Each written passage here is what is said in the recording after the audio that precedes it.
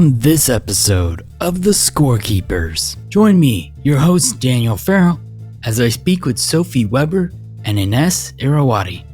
Sophie and Ines are longtime collaborators who have recently released a brand new album entitled Roots, Transcriptions of Romantic Works for Cello and Piano.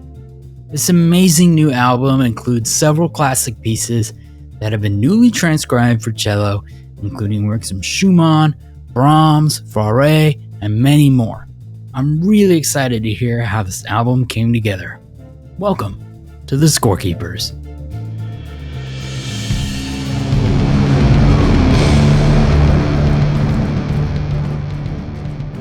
Welcome, Sophie and Ines, our first double guest episode this season. And I'll welcome your dogs in the background too. It's great to have you all. Great to be here.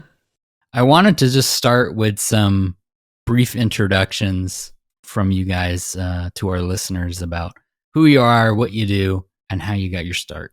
We knew each other a long time ago, actually, before we both... I already had children, but you didn't, right, Sophie? And that was many years ago. And we sort of collaborated on a couple concerts, and we really enjoyed each other's company and friendship. And then we sort of were busy in our own, projects. Then the pandemic hit. And it changed, how we view what we could do in terms of being a collaborative musicians. Obviously, everybody's so isolated. And during that time, we sort of reconnected with each other. And I remember texting her and said, "How you're doing?" And, do you feel like coming over and have a little bubble here and just read some music? And we did. And I'm so glad that we did that. And I remember the first reading, even we were so excited. I think partly because at that time also we hadn't really seen other people that much. And we immediately thought to do a few projects, whenever normalcy came back to us. And that's what we did. Yeah. Sophie, you want to add to that? Yeah, I mean, you kind of described it very accurately. It was so great to just be able to connect after this. In any case, it would have been fantastic to connect, but especially after this pandemic and being able to just have that kind of intimate, in this physical, in the same place, meeting with a collaborative musician and being able to make music together was just so fun. And it's interesting. Ines and we're both, I think we'd probably say, quite different people and different musicians in many ways, but we just really, I think there's a great synergy, and she's amazing. We bring different things to the table and bring out different things in each other's playing. So that's just another reason why this collaboration has been so fun and fruitful. You both got started in music basically on opposite sides of the world. Right. Can you talk a little bit about how each of you found music and then how you guys met and decided to collaborate? So I'm English and Ines is Indonesian, and I'm sure she'll talk more about. From my side, growing up in England, I had 3 siblings. We all played different instruments. My big sister played the violin, and I decided I should play the big one. So, the bigger violin. Get the bigger one. Yeah, I needed, I wasn't as tall as her, but I was going to play the bigger instrument.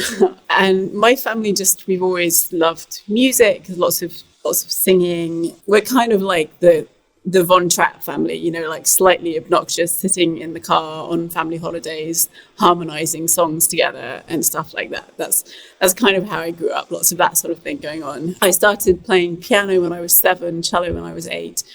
Cello never was never felt like a chore to do. I always wanted to practice. Went to high school with a music scholarship. I was offered around 15 the opportunity to play either a cello concerto or a piano concerto with the school orchestra at the time. And I chose cello, and that was kind of the departing point. From then on, it was more cello for me, although I love piano too. And I then did my undergrad at Trinity College of Music in London, and then went on to do a master's and a doctorate degree at Indiana University, Jacobs School of Music in Bloomington. I went to Chicago and met my husband there. We moved to San Diego with his work, and it was then in 2015 that I got to meet the amazing Ines Irawati, and we started to work together in a more informal basis, first of all, and then as she has mentioned, we then have been more recently having the opportunity to work together in a more serious capacity, but serious although really, really fun capacity. Yeah. How about you, Ines? So I'm just slightly distracted by my dog. So I'm Indonesian, as she said. I didn't come from a big family. I only have an older brother who's 10 years older than me. And by the time I was 10, he's already gone. And my mom made me as her project, I think.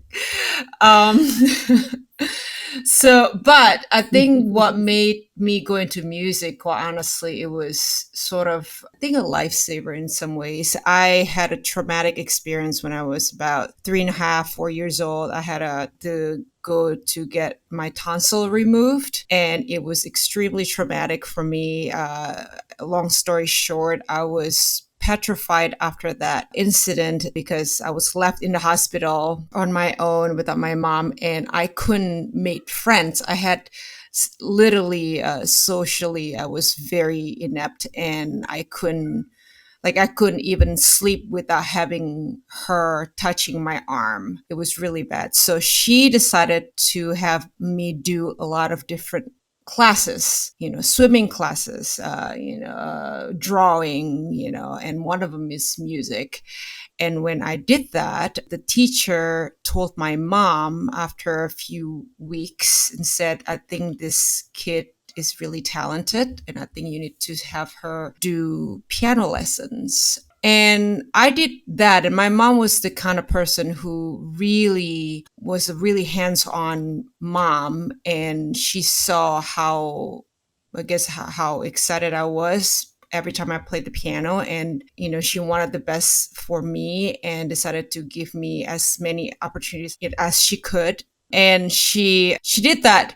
But she really thought I was just going to just be a stay-home mom and occasionally teach piano or something like that. But when I was about 14, somebody from America, from the US, came to a concert I did with the local symphony. I did a concerto, and he said, I think you should come to America to study, and found a place, and it was in Cleveland Institute of Music, that had a young artist program for high school kids. They would go to regular high school, half of day, and then another half to a conservatory, which is CIM, Cleveland Institute of Music, and stayed in a dorm and everything. And they found a donor to get me up here. So that was the beginning of my musical journey here in America. And then, as Sophie said, eventually I moved to San Diego and met up with her, and yeah. I'm just curious because, you're both non-Americans, and also this season I've spoken with a couple other folks from overseas. Do you see any cultural differences in regards to concert music in the way in the US compared to other places you've lived? I would say my experience of studying the instrument, the cello, was rather different in the UK versus in the US. When I was at Indiana, I was studying with Tsuyoshi Tsutsumi, wonderful Japanese cellist, and Janos Starker, the late Janos Starker. And my experience of classical music and studying as well has been that there is more focus on technique and smoothness of technique in the US and that in the UK and perhaps more Europe or former Europe, there's more of a focus on sound and character, real, like very strong kind of a sort of unique statement on things. And I think there's a place for both, and obviously that's a generalization. There's a whole mix in between of both. But there's something of that I've experienced in the two different cultures. I would say that I grew up pretty much here because I moved when I was 14 or 15. So my experience when I was very young there must be different. It will be different if somebody is, older, and also nowadays is very different. But back then, classical music wasn't really a thing. But I was very fortunate to be in a program. It's called Junior Original Concert, which was run by this Yamaha Music School of Indonesia, where a selected group of young children would get together and they would compose music on their own, and they would compose music that include pretty much almost the whole group, which was how I feel that I was introduced to chamber music. Was that I never really knew that there were actually classically composed chamber music that was composed by Beethoven or Brahms, or I really had no idea until I moved here. But that was my, introduction to that. And I, traveled with them and everything. And I feel like that was a unique experience. Although I would say that was a novelty. I don't think many people had that experience. Nowadays, though, I think classical music is quite popular actually in my country. And of course, when they see my name and they, see me that I've studied in America, they're really, really excited and they want me to come and do concert or, master classes because they really value a Western influence culture. So before we talk about the big album collaboration, I just wanted to talk about two programs that you guys are both incredibly involved with the community and education and outreach. So Ines, the Opera Expose concert series that you're the musical and artistic director of, and for Sophie, the Fused Muse Ensemble, a nonprofit organization you founded. So maybe let's start with Sophie, if you wanted to just talk a little bit about what is Fused Muse, this is a tongue twister, Fused Muse Ensemble, and what do they do? Yeah, sure. Yeah, thanks for asking about that. So Fused Muse Ensemble I founded in 2009 in Chicago, in Illinois. And it is an organization that basically creates music and mixed media performances.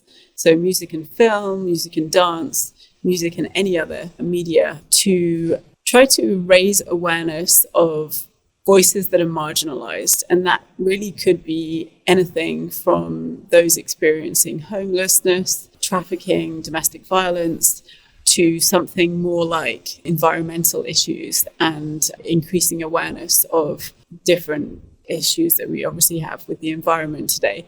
And it could be a small collaboration with just 2 or 3 people, or it could be a bigger collaboration. But it's something that I found extremely meaningful and rewarding to do. And Ines, maybe you can talk a little bit about Opera Exposed. So Opera Exposed started when I was employed by the San Diego Opera, and I was their young artist program sort of director. Young artist program means that these were singers that were just, graduated from college, but they're sort of in the middle between that and actually getting employed by big companies, big opera companies. So the program Opera Exposed is sort of bringing these wonderful singers and their works up into the community and expose, hence the name, expose the community, the wonderful world of opera. Now, since the pandemic, I actually had resigned of that position in San Diego Opera, but I'm in the process of doing it doing the same thing my own way, and hopefully creating an organization that can actually bring not just opera, but chamber music and new works to the community. Because I think there is, even though there are chances for people to go see them, a lot of times people just are not aware about the opportunities to see these works. Also, they're not quite, some people just don't have the means to be able to buy tickets. And Right. My idea is to be able to expose these things to the community, and using the local artists actually is my big thing nowadays. Yeah, community is just so important, and getting people to be exposed to these kinds of things and art and music, and it's just really important for accessibility.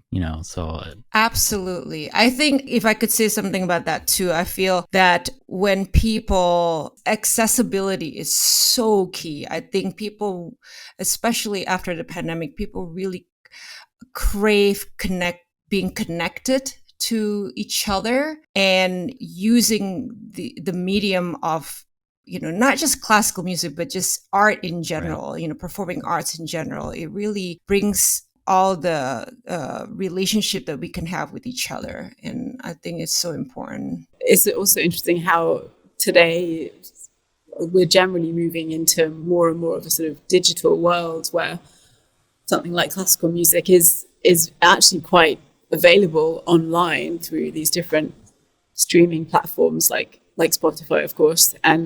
And yet, actually, I think what you're doing with Opera Exposed, Ines, and what I am trying to do with Fuse Music Ensemble is very much more of that sort of intimate, physical occurrence of being together in a room, and that experience of classical music versus the digital one. Not that one is better than the other, but there's less of the. They're different, yeah. And there's just less, there are less opportunities for that intimate experience, especially, as you mentioned, Ines, because people often just don't have the means, and classical music concerts are just becoming, for their own reasons, more and more expensive. I also feel that, and I think you are doing this too with your organization, Sophie, is that people who don't know classical music as well, they kind of turn off by it because they think it's beyond their understanding or it's above them, and we sometimes even occasionally look down upon people who don't know what we're doing, right? So I feel that it's our job as musicians to make it, like, as Daniel said, accessible, right? And accessible meaning that we include them in the experience. This is why I feel very strongly about including the community. When I do these concerts, my favorite things to do is when you're in a small room, in somebody's living room, in a park, when people and kids especially can just run around and feel the music in their bones, in their body, instead of sitting and be quiet, don't cough, don't breathe, I don't know. That's, to me, it's kind of old news. Yeah. And I mean, that's how all this music was originally experienced anyway, It wasn't quiet, expensive concerts, salons and stuff like that. Yes. And I think actually with Fuse Music Ensemble, it's kind of extension of that same idea of community, and trying to, the case of that organization, kind of reaching out and including more those marginalized demographics that often don't get heard, and trying to sort of have their voice actually be a part of what we're doing as more classical musicians. So it's interesting. There are different ways of creating that meaning in music and in our field of classical music, but it does all kind of come back to community, definitely. So obviously the big thing that we're here to talk about is your guys' collaboration on the album Roots. She's holding up the CD for everybody to see. Roots, Transcriptions of Romantic Works for Cello and Piano. It's great. I've listened through it. It's really stunning playing. Thank you. So what was the genesis for this project? How did it come about? We were kind of, as we were playing pieces of music together, we just kept observing how they often were transcriptions of pieces written for other instruments. We just, we'd be, oh, have you heard this piece? Oh, why don't we try this one? And we'd be like, oh, it's another transcription. Oh my gosh, we just love transcriptions. and then we were like, well, hang on, this is okay, because there's, if you think back in the past, historically, like, composers were always borrowing from other instruments, thinking about all of Bach's different settings of different melodies, and also between themselves borrowing, I'm going to do an arrangement of Chopin by Liszt or whatever it might be. There is so many cross-referencing between composers and even within their own work. So we felt, in terms of sort of looking down on things, again, it felt like, do people maybe look down on transcriptions? Is that something that somehow it's not quite as valid or important as a piece that's been written originally for a specific instrument or instrument set? And we just thought, no, we love these transcriptions. Ines, I'm sorry, I'm sort of hogging the air here. You talk. Oh, no, go ahead. I enjoy listening to. No, I mean, I agree with everything you said. And also I found the process of listening to the original and figuring out what we can get from it and making the transcriptions our own was just so fun. And one of my highlights is the process of this whole thing. I remember when we were sitting in and listening, talking about the Faure, we're doing these, suite that originally were written for voice and piano. And obviously the voice would have words and stories, and subtext, and trying to figure it out how we can make it work for our instruments, and just finding out more and more about each gem. I think that was the highlight. Yeah, because as you said, like a number of the pieces that we recorded were vocal transcriptions, and so having the element of the lyrics to really understand that context and even the sound of the words, the language, for example, the Faure being Spanish, it just gives it a different flavor, and it can really inform the way you try to imitate the idea of castanets or the words or the flamenco feeling, heels hitting the ground and clapping, and then other pieces that were instrumental transcriptions, like for example the Schumann fantasy Stück. Yes, which were written, I remember that. Right, yes. we in fact, discussion. Yeah. Right, yeah, we would like sit in our rehearsals and talk about, how the clarinet has this kind of ability to kind of make this huge kind of gush of sound of air through the pipe. Like, how can we do? How can I create that more on the cello? And it was a real discussion and sort of just lots of experimenting in the practice room for Ines and I, which just felt very fresh and fun. Yes, and also I've played these as the pianist. I've played these with the original instruments, how it was written, and it was also fascinating to see how cello would create different sound and different characters and different articulation that would make me play differently as one. It was really a lot of fun to be able to adjust to that as well. So, were there any technical challenges with the adaptations when it comes to ranges or arranging or stuff like that? Like, how did you approach those situations? I would say the Brahms was one of the challenging ones. Well, first of all, the Brahms, I had to play, what is it, like a fourth down? I had to play it in a different key, basically. Right. And that was challenging. Exactly, yeah. Because the original, this is Brahms' Opus 78, is the violin sonata in G major, and then it's transcribed into D major for the cello and piano. And it's interesting because it was awkward because obviously he had G major in his mind Right. when he wrote it.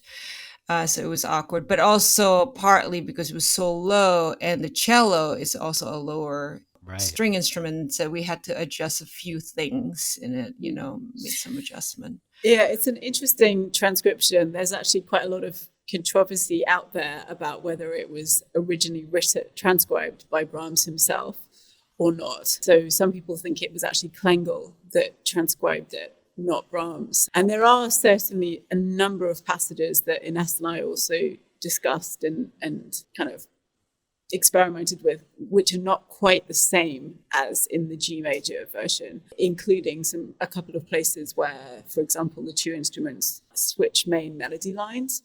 And we experimented with going back to the G major original in some of those places. And sometimes we kept the sort of new adaptation. Right. So we sort of felt, I think we felt empowered to do that we could, it was good to explore and do the original. And then in a few places, we felt like we preferred the slightly new version. From cello's perspective, it's a really, I mean, for both of us, it's an extremely difficult piece. We love it, but it's very difficult. It's the violinistic aspect of it makes it very high, obviously, and very kind of, it needs a sense of sort of ethereal violin sort of shimmeriness. And while we still wanted to embrace that, okay, it's cello, it's different, it's piano, it's in a different key for us, but we wanted to keep something of that flavor that makes it, it's just very transparent and high and delicate, and it's definitely full of challenges. What was the process like for recording it? Was this recorded in a studio? Was this a recording of a live performance that you guys gave? Maybe Ines? How was it for you? We had I think we had a little bit of difficulties in finding space, quite honestly. I think, we found different places and we tried to make it work and it didn't, partly not only the space and the acoustic, but also the fact that you have to have a nice piano that can work with the space. But we have a wonderful friend of Sophie that opened her apartment for us, and she's a wonderful pianist. She's done her own recording session there, and we hired a wonderful engineer, San Umberto Belfiore, and he came from LA, right? He's from LA, right? And he came down and we did it in 2 days. Wow. This whole album.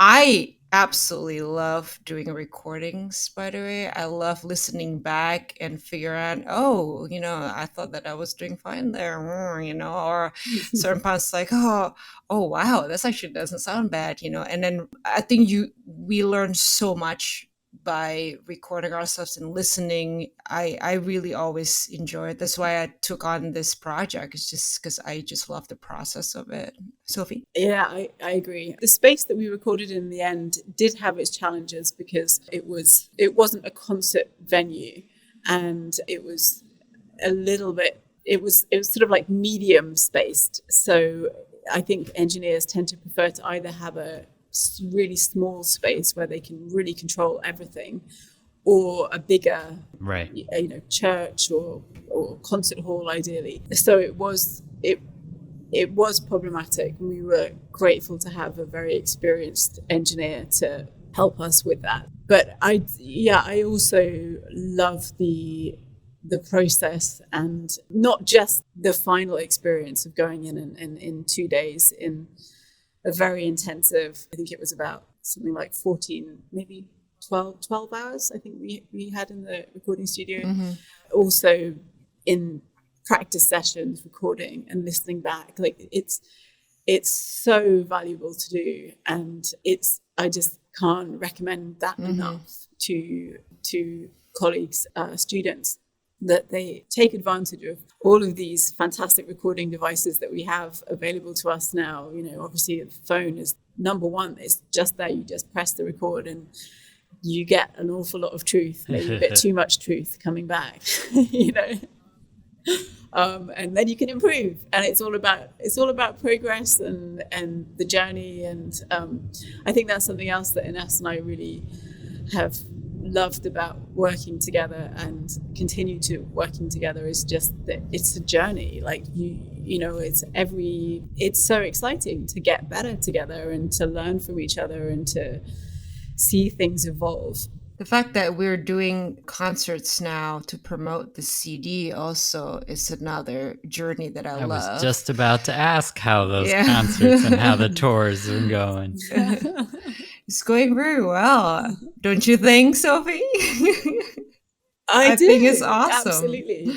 Yeah, and we pick and choose from the album. Sometimes we, omit one and put a different piece in there. But for us, I feel that every time you go tackling the same pieces, you have a new perspective of each one of them, and you gain new ways of feeling the music and making it happen, each time. So it's always wonderful.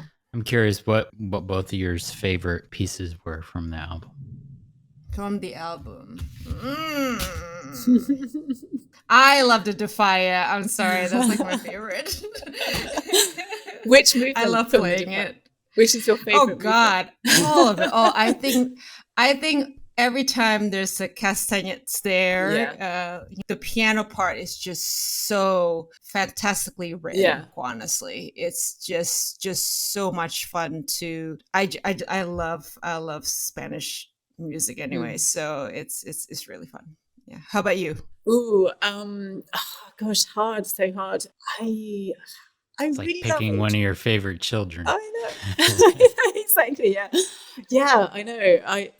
Really hard. In terms of kind of like a meaty piece, there's the Brahms has got so much in it, and it's just a kind of lifetime work that it's just so much in it. I love the Spanish music too. It's amazing. I also really love the Massenet, the Thais meditation. You play that beautifully. Oh yeah, I love that. I was gonna say when I saw that on the album, that's one of my favorite pieces, and I saw that and I was like, oh boy, they did that.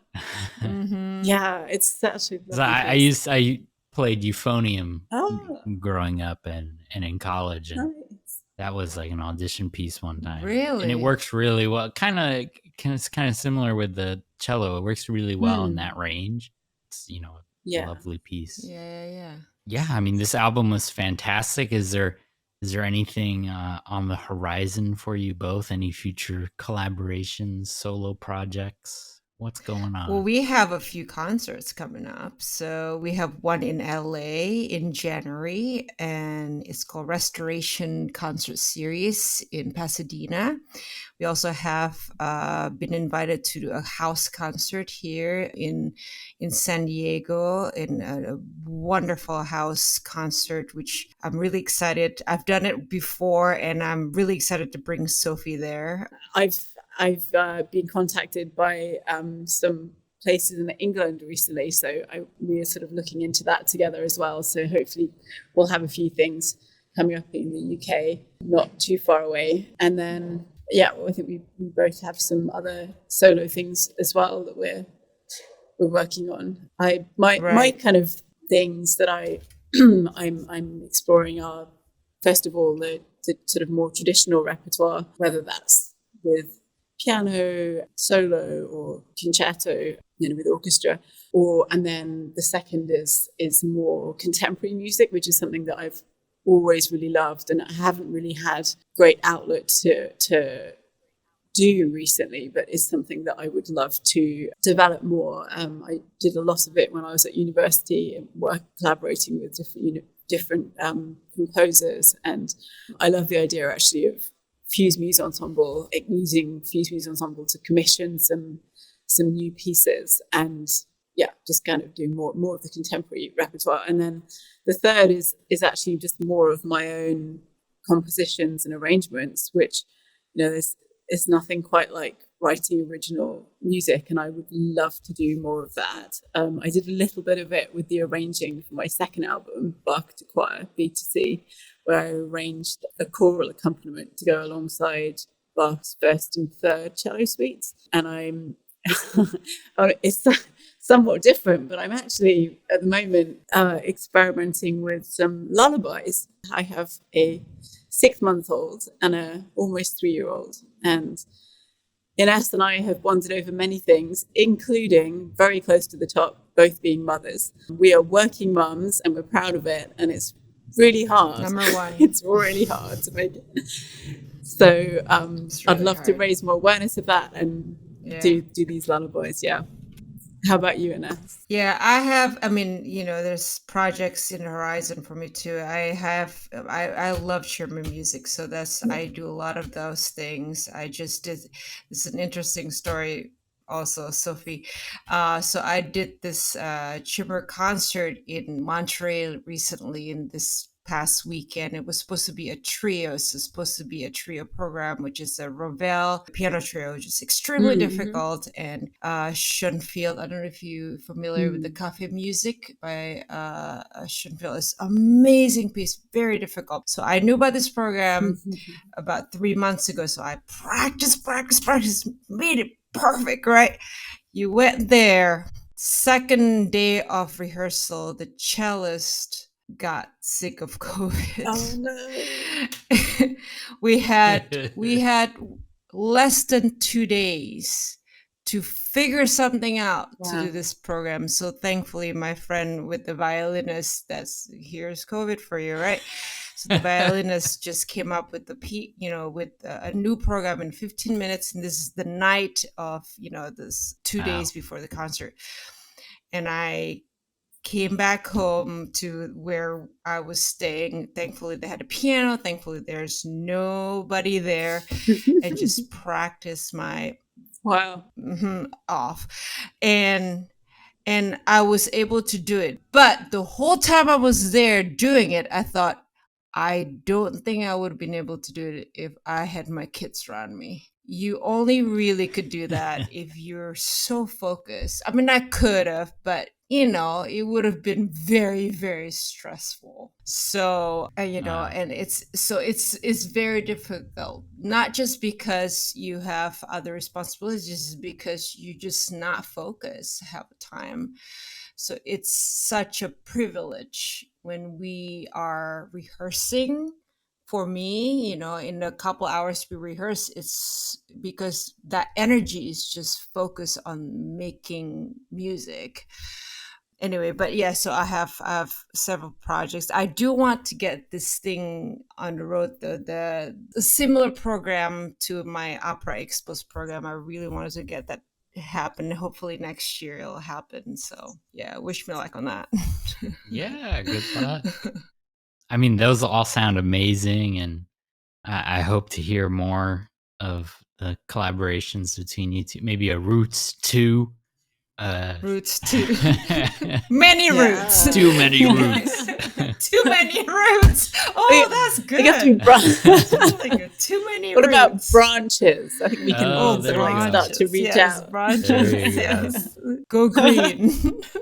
Yeah, it's been amazing talking to you both, and obviously everything we've talked about will be in the description, and definitely everybody should go and take a listen to this album. It's really great playing and amazing hearing these pieces for cello and piano. You don't usually hear them perform that way, but yeah, it's been absolutely amazing having you. Thank you so much for having us. Yeah, thanks, Daniel. It's really, really nice to chat with you. Thanks for the brilliant questions. It was great hearing about the work that Sophie and Ines do in their communities and hearing the behind-the-scenes stories that brought Roots to life. Be sure to check out Roots, Transcriptions of Romantic Works for Cello and Piano, available now. Thanks for listening to The Scorekeepers. The Scorekeepers is produced by Daniel Farrell Music and Sound, with graphic and visual design by Patrick Farrell. Scorekeepers is proudly hosted and recorded using Zencaster.